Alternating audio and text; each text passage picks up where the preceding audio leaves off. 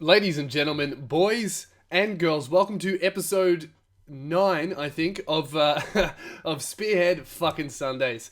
Apologies for last episode's technical difficulties. Apparently, well, not apparently, definitely, I fucked something up when I was recording it. I tried a new program to record it. I tried Audacity for the first time because normally I record this shit in GarageBand. So last episode I recorded it in Audacity, and I must have fucked something up. I don't know what I did, just towards the end of the podcast, it was just jumping and skipping. Like I went to read all of your reviews that you left on iTunes of the podcast, and then it just started jumping around.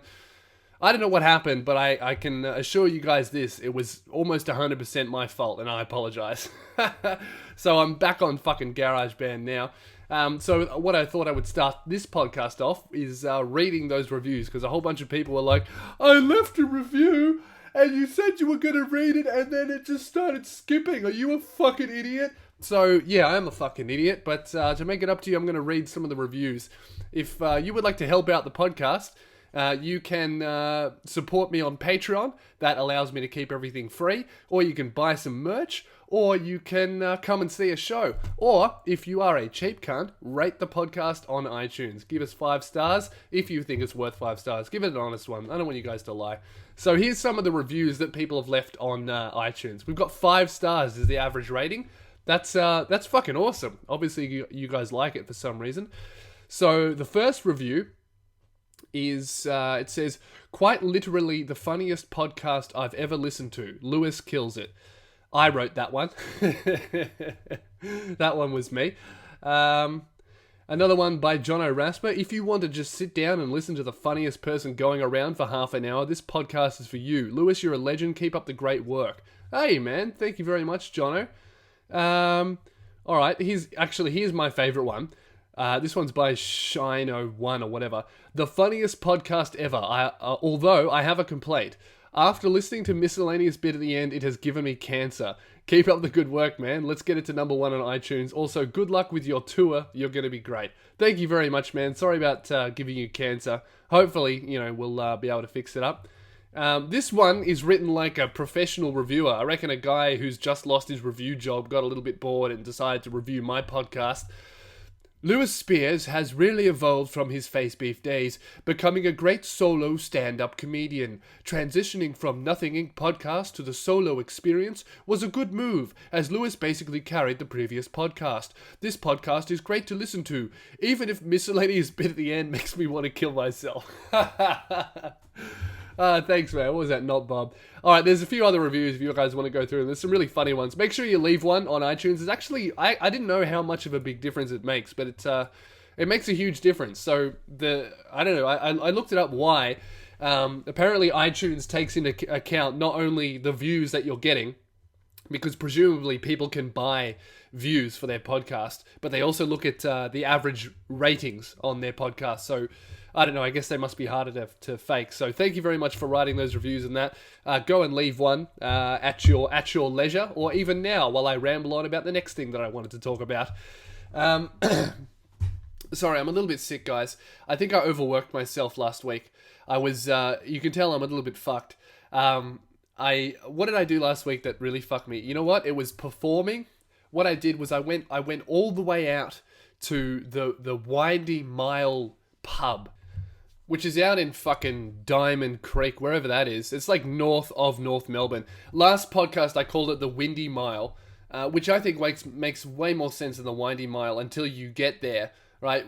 I went up with, it was actually a really fucking good night in terms of lineup. So it was Elliot Loney, myself, Michael Shafar, David McDonald, and Khalid Kalafala. So it was like towards the end of the night, me and Elliot were the feature acts, and Khalid was closed off the night as the headliner. So it went Elliot, then me, then Khalid. It was a fucking really sick night. I went up there and I did 20 minutes because I've been getting ready for my show. It's really hard to find more than like a 5-minute spot. But this room was being... Luke Kidgel was also on the fucking lineup. He's the guy that's going to be opening my show in Melbourne. My show's in Melbourne, and he's going to come to Brisbane and Sydney with me. But yeah, he was the MC. He runs the night. So he doesn't know what he's doing with it yet. It was his second night, so he's got no idea. So we took advantage of him, and I was like, "Give me 20 minutes, mate," and he did. He obliged me. So I got to do a solid 20 minutes of material, and man, people fucking loved it. It was one of the better open mic nights that I've been to for a very, very long time. Apparently, a lot of people came for Elliot, myself, and Khaled because we actually hit capacity. The pub had to start turning people away. The capacity of their pub is 160. They let in 190, and then they started turning people away. So as I was waiting for, my turn to get on stage, there's all these fucking alcoholics who are out the front. They don't want to see the comedy. They just want to come in and drink away their lives.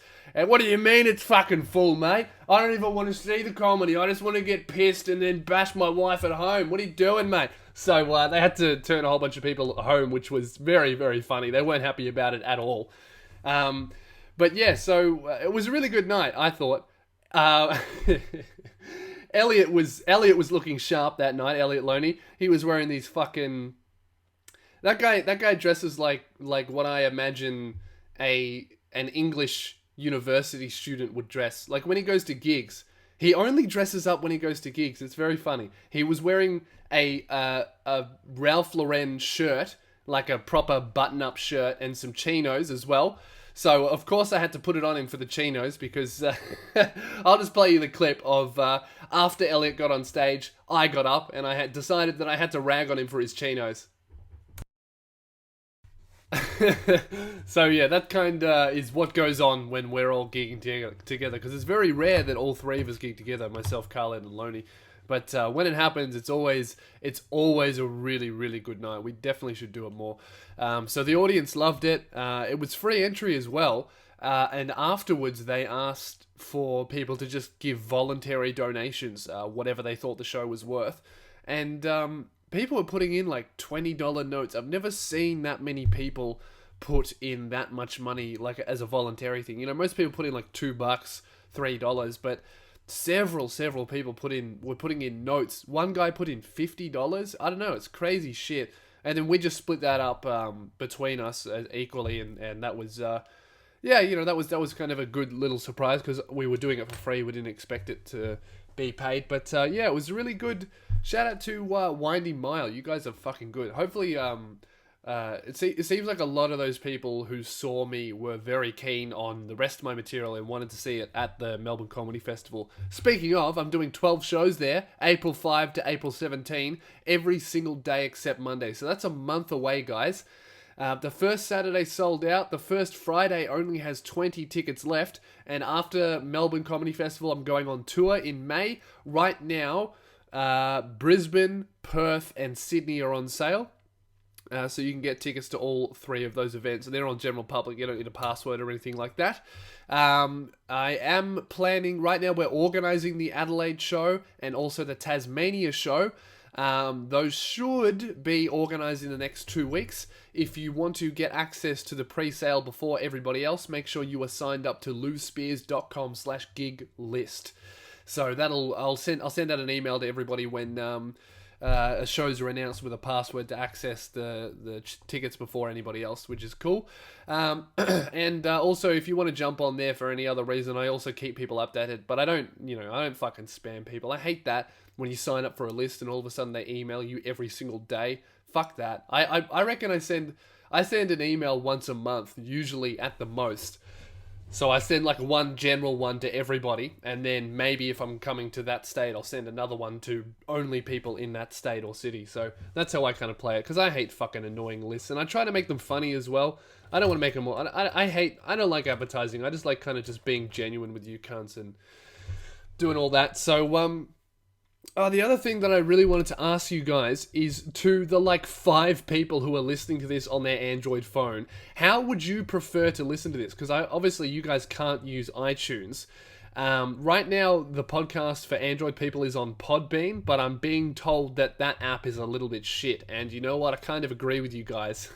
So if you're listening on Android, or you're listening to it on a computer because you don't want to listen to it on Android, let me know, what's the best service what's the most convenient service for you guys if you have one, and I'll move the podcast over there because I want to make it easy for everybody to listen to. Obviously, iTunes, that's the best for Apple users, but everybody else is kind of fucking stuck when it comes to that. They can't use iTunes. What was I saying? Oh yeah, I was complaining that I'm sick because I fucked myself. I've just because at that comedy night that we did, the stage was so hot. I don't know why it was so hot. It wasn't a hot night, but under the lights, I think the stage, the lights were too low because I'm so tall. The lights were pretty much touching my head. And I was just sweating up there and I felt so horrible. And then the next day, I really pushed myself and I wrote and filmed the entire Lou review, and then I also edited it. And that took me like fucking 8 hours because I wanted to get it out that Thursday night because the gig was on Wednesday. Then I did the whole Lou review on Thursday, which I really need to stop doing. Lou review really takes me about 3 days. I need a day to write it, a day to film it, and then a day to edit it. Because whenever I leave it to the last minute and I do it all in one day, I always fuck myself. So I'm feeling it. I'm still feeling it from those last 2 days. I feel like shit, but it was worth it. I put out a really good review and I did a fucking awesome set, so I'm really happy with that. What else happened this week? That's right. I went and saw G-Eazy live in concert. He's one of my favorite rappers at the moment. He's from America. But what happened on the train on the way there was so fucked. So I got on the train, right, heading into the city. It's not that late at night. I was going to get there early. I wanted to have some food and then go to the gig. So everybody's just, it's like a normal fucking train day. So everybody's on the train minding their own business. And then this guy gets on. He's carrying like a plastic bag and he sits down.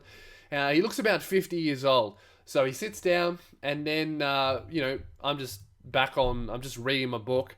And then all of a sudden, the dude punches himself in the face incredibly hard. Like I heard it. Like it wasn't even, it sounded worse than that. It was, if you've ever heard somebody get punched like in a proper fight, you know what that sound is like fist on face sound. He hit himself like I've never seen anyone hit anything. I've never seen, he just punched himself incredibly hard in the face. And everyone freaked out. Everyone was like, holy fuck. Like the whole train saw it. They all looked at him. And then he did it again. Like I think he may have had Tourette's or something like that where it was just a thing. And the reason I say that is because he looked like he had the kind of face that was used to getting punched.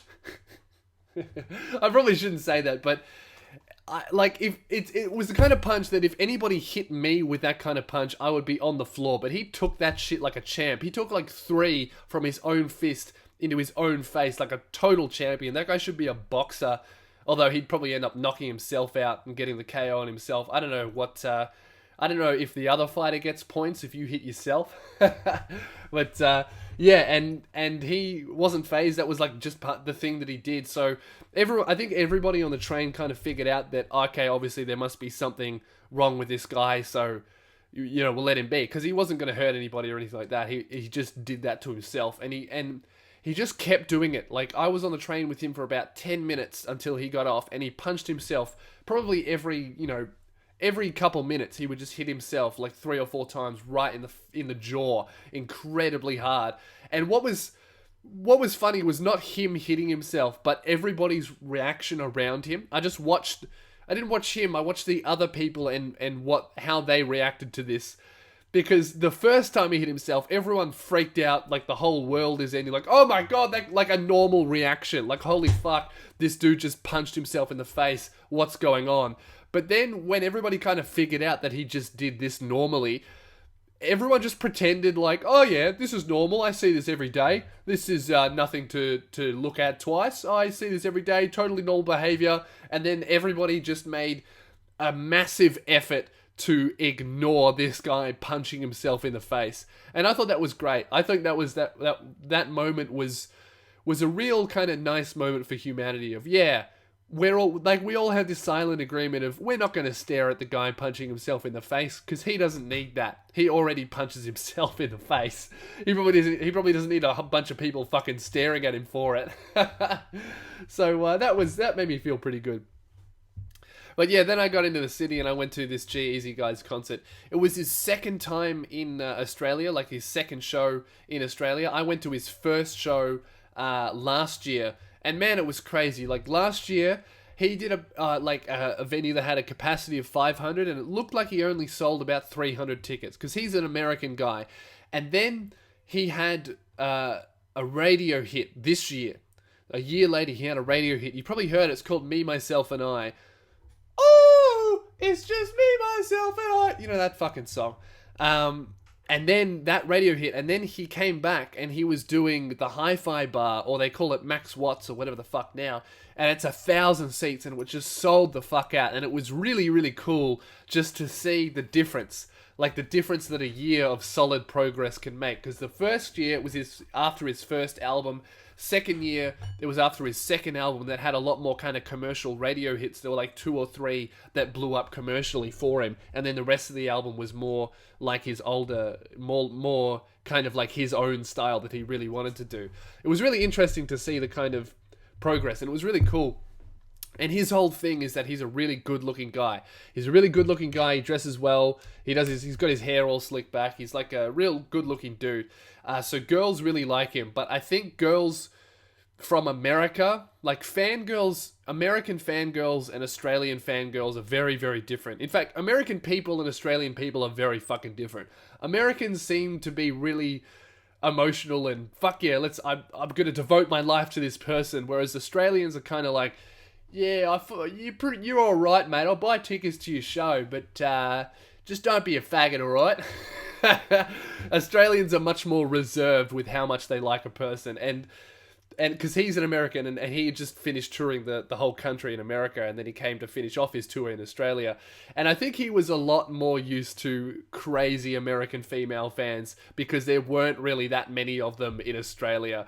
Like, I don't know, it was just a little bit cringe. Like there were some parts of the show where he kind of alluded to taking his shirt off and then looked expectantly into the crowd to see if anyone would scream, and then maybe it was 1,000 people, so maybe like 30 girls yelled, yeah, take it off, but the rest, like, because most of his shows, from what I can gather, in America were mostly women, but in Australia it was mostly guys. I would say it was like 60% guys, 40% women, and a lot of those women had boyfriends. So I don't know, when he did the whole I'm an attractive guy and I'm here for the girls kind of thing, I just didn't feel connected with it. Like, he alluded to taking his shirt off. There was one part that he just lost the crowd for a second. It was a fucking brilliant show. I sound like I'm talking shit. It was a brilliant show. I love his music. He's probably one of my favorite artists at the moment, but just the culture difference between America and Australia was really funny. There was one part where he lifted his shirt up a little bit, played with his underwear, and licked his lips like he was a fucking like an 8-year-old would lick their lips in a suggestive way as a joke. And even all of the girls that were screaming for him to take his shirt off were like, yeah, mate, that's enough. A little bit wanky, a little bit up yourself, mate. You're not that fucking good. So that's, I don't know, it's just really interesting about how Americans and Australians are different. Australians are very, call each other out on bullshit much more easily than they do in America, I think. And I think he kind of caught that and then was like, oh, okay, I can't really do that stuff when I'm in Australia. But it was very, very funny. And it was a brilliant show. You should check out his music. G-Eazy is his name. I really do like his album. It's called, what's it called? When It's Dark Out. I don't know why that. I know fucking everything.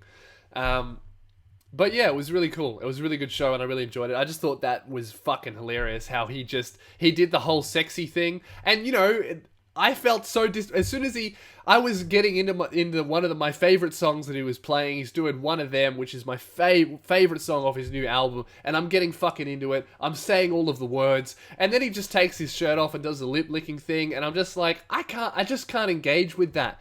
I just can't engage with a dude making sexy faces and lifting his shirt up. He just kind of lost me, man. I just didn't feel very involved, is what I'm trying to say. Alright, guys, one more thing before we get into the miscellaneous bit at the end, because I want to postpone miscellaneous bit at the end, because I fucking hate that bit. I really do. This is something that's happened to me at the start of this week, that usually you're not really supposed to talk about these sides of things. It's about my stand-up tour. It's about the business side of things. It's about the money side of things. It's not really something that a lot of artists talk about. But I feel like I want to tell you guys. I broke even on my tour, on like money wise. Out of all of you guys who have bought tickets, I've made back everything that I've spent and that I've budgeted to spend. So flights, accommodation, advertising, venue hire, and I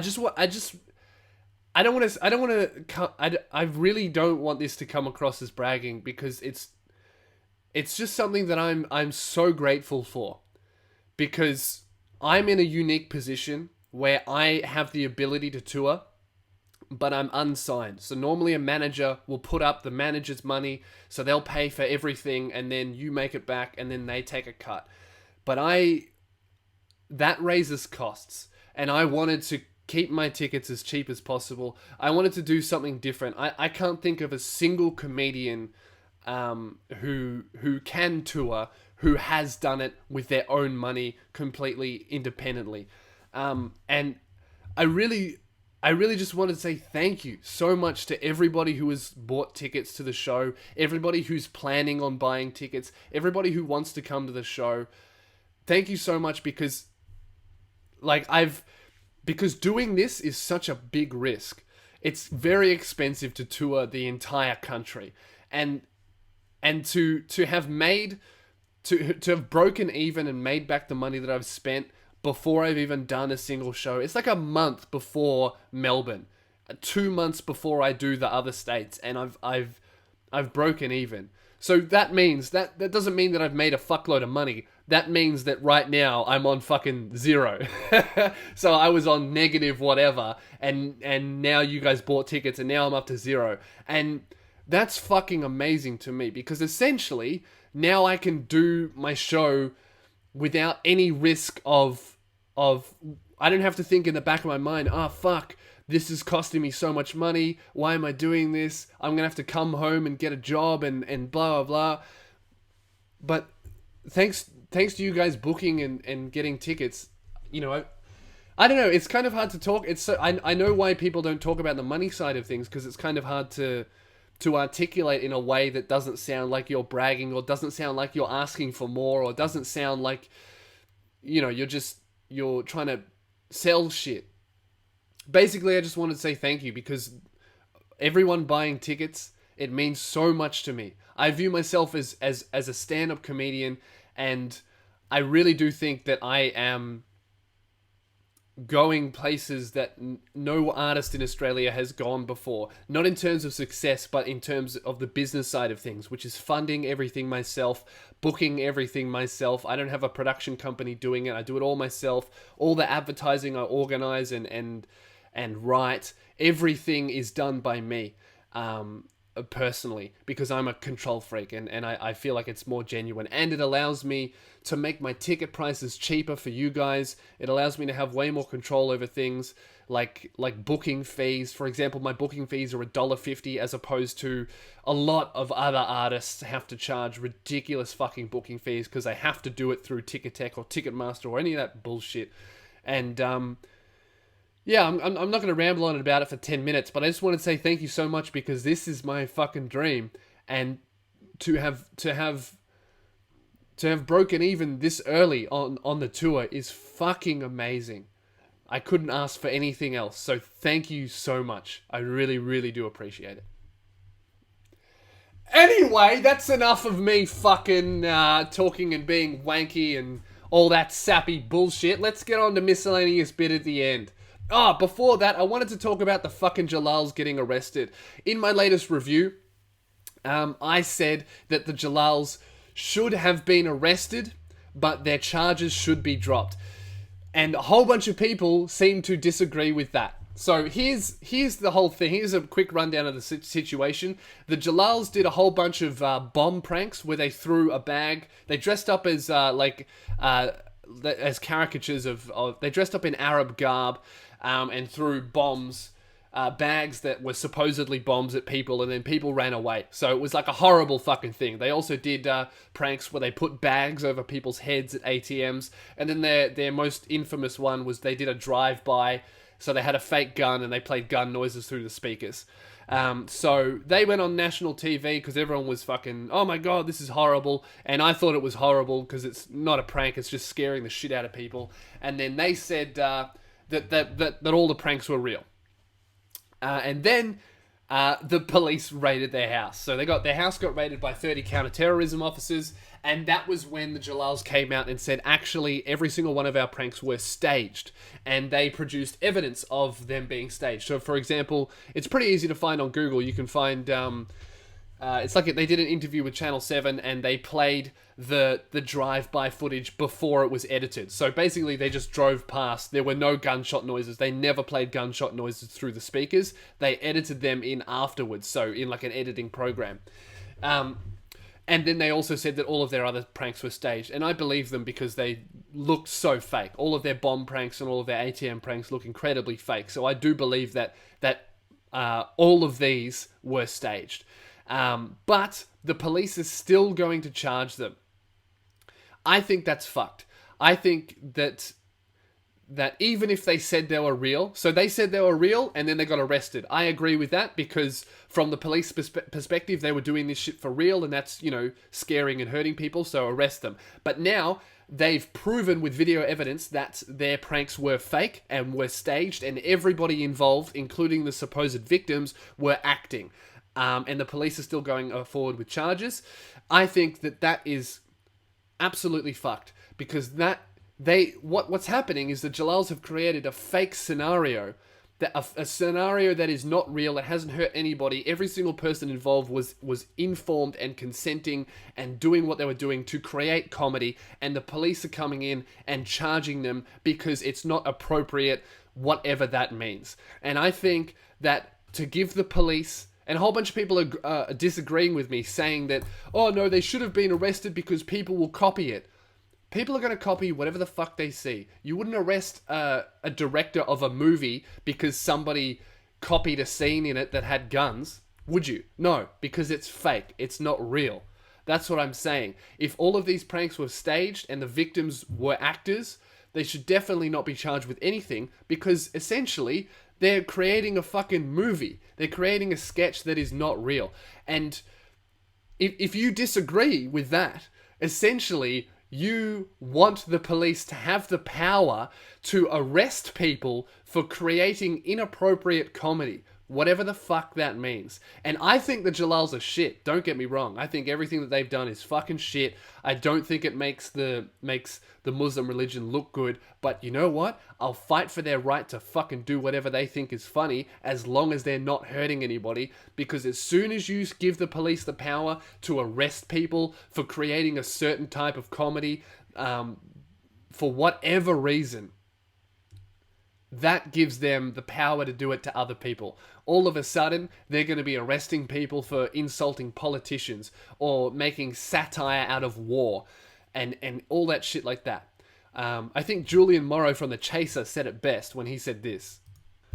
The idea that lawyers or judges should be allowed to curb free speech by insisting that jokes should be reasonable and proportionate or appropriate in the circumstances, that is fucked. And I agree with that because as soon as you start, allowing the precedent that the police can arrest you for a prank or a staged prank that didn't hurt anybody, then the next thing is a staged video that didn't hurt anybody. Do you see what I'm going with this? It's censorship of free speech and the ability to create comedy and satire, and I 100% don't agree with that. And if you do agree with that, you can go to a few countries that don't allow you to make certain types of shit because it offends people. So yeah, in short, I think the Jalals are shit, but they should definitely be allowed to be shit. Alright, let's get on the miscellaneous bit at the end. I've got a question here. Hey Lewis, first off, I just wanted to say how much I appreciate your care for your fans. Thanks, man.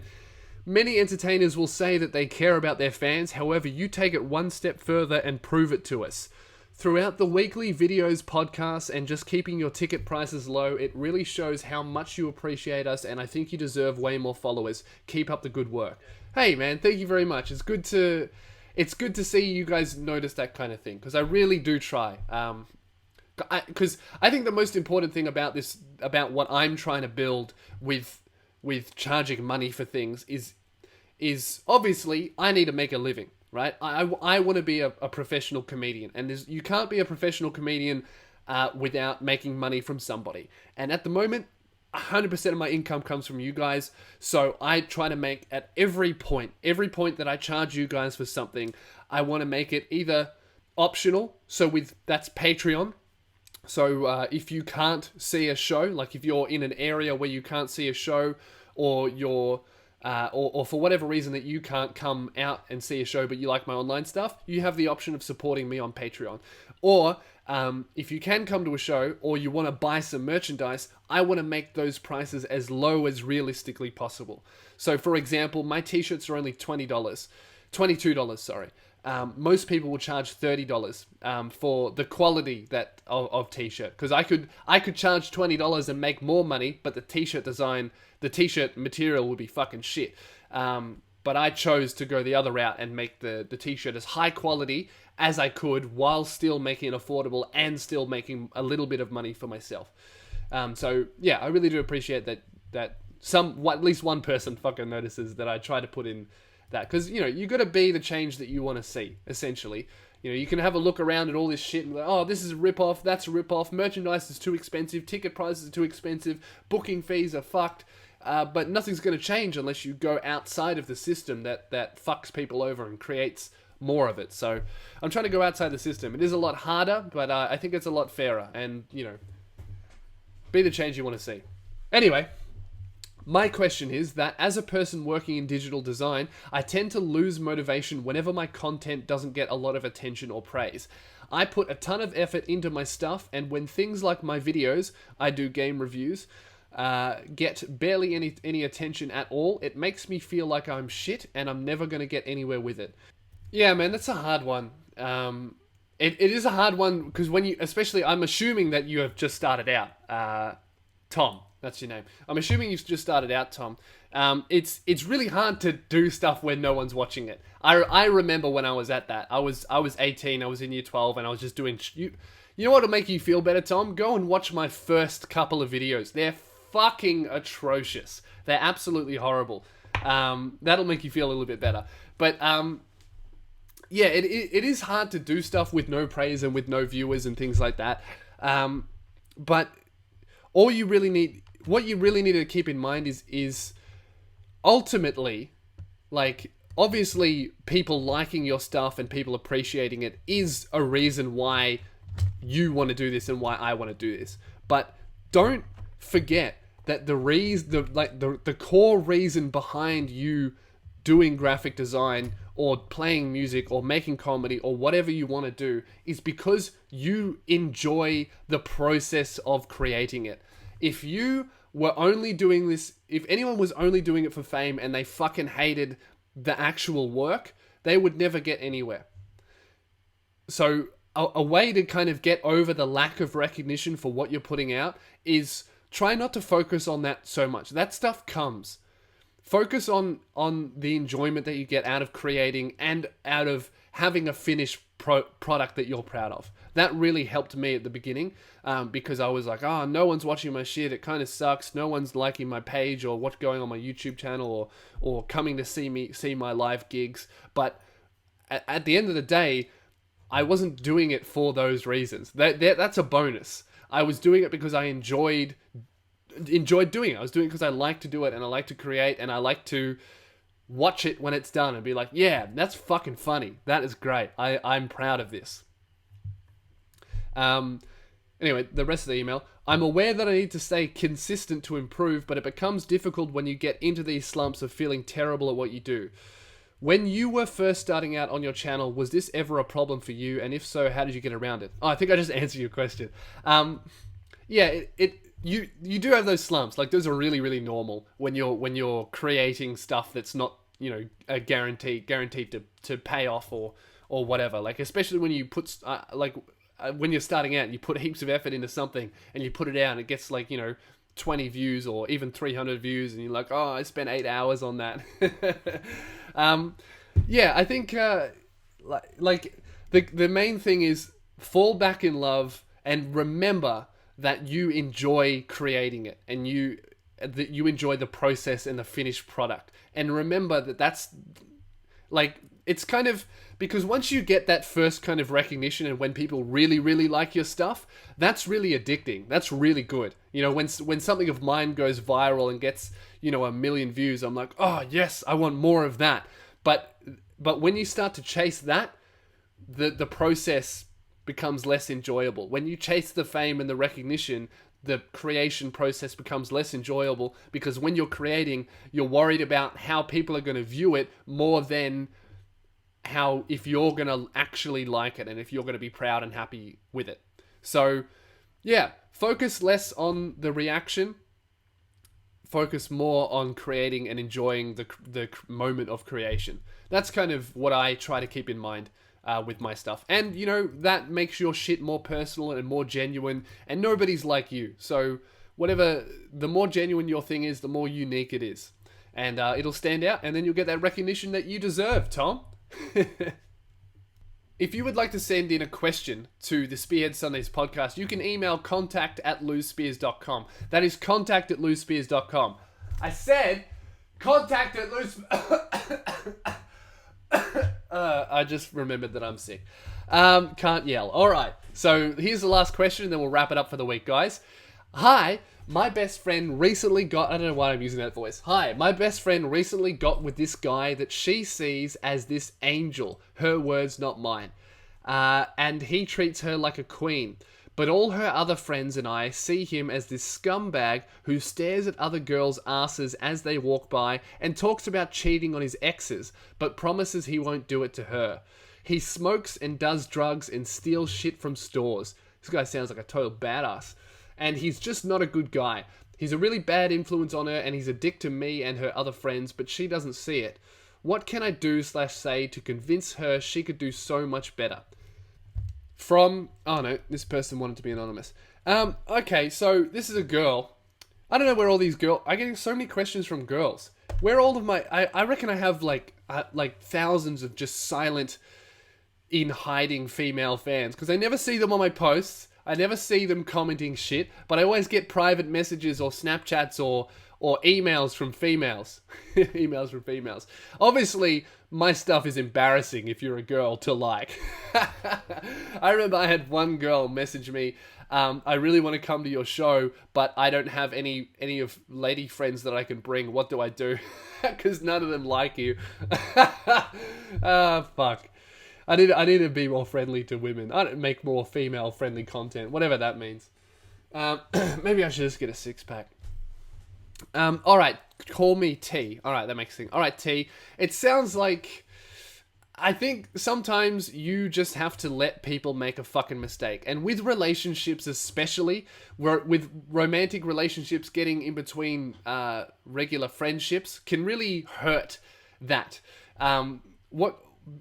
And I really advise against speaking out really hard against relationships, because at the end of the day, when somebody's in a romantic relationship with someone like this, it never ends because of you. You will never make them end that relationship. They have to make that choice within themselves. And often when you try and step in and make them get rid of someone that they love or really want to fuck, that hurts your friendship more. Because often, this is something that my mum always told me, never get in between a romantic relationship, because it will always come back to hurt your friendship with whichever one you're friends with. Because how many times have you seen, even good and bad relationships, how many times have you seen people break up and then get back together? Like 3 or 4 times. That happens all the time. So let's say you're the friend, T. Okay, so you're the friend in this whole trio you guys have got going on. So they're having their relationship and he's being a cunt and he cheats on her or whatever, and then they break up. and then you immediately go, I told you so, that person was a bad person, blah, blah, blah, you were silly for being with them, and you just talk shit about this person who you perceive as horrible. But then they get back together. And now the elephant in the room is you fucking hate this person's boyfriend, and you can never take back those words. And he might even fucking improve and become a really good boyfriend, and they might get married. But in the back of your friend's head, there's always going to be that time when you fucking went off at her boyfriend after they broke up for a couple of days and told her that you were right, and essentially. So I don't know. I would voice your concerns as maturely and as unbiasedly as you can, but I wouldn't really push for it, because a lot of the time that can just really hurt your friendship with the person. At the end of the day, some people just have to make their own fucking mistakes. If they're dating a horrible person, they're dating a horrible person. I mean, you know, as long as he doesn't beat her, I wouldn't really step in. So yeah, that's my advice. Thank you very much for listening to this episode of Spearhead Sundays. Make sure you rate the podcast on iTunes. Make sure you support the show on Patreon if you would like to help it improve. I can buy some better microphones and film equipment for Lou Review. And I really look forward to seeing you at a gig. I'm right now, Melbourne, Perth, Brisbane and Sydney are all on sale at louspears.com/gigs. Other states will be on sale soon. If you are in another state or you just want to be on my mailing list, I send out a funny email once a month. Jump on louspears.com/gig list. So yeah, thank you very much for listening, and I'll catch you next week. Have a shit one.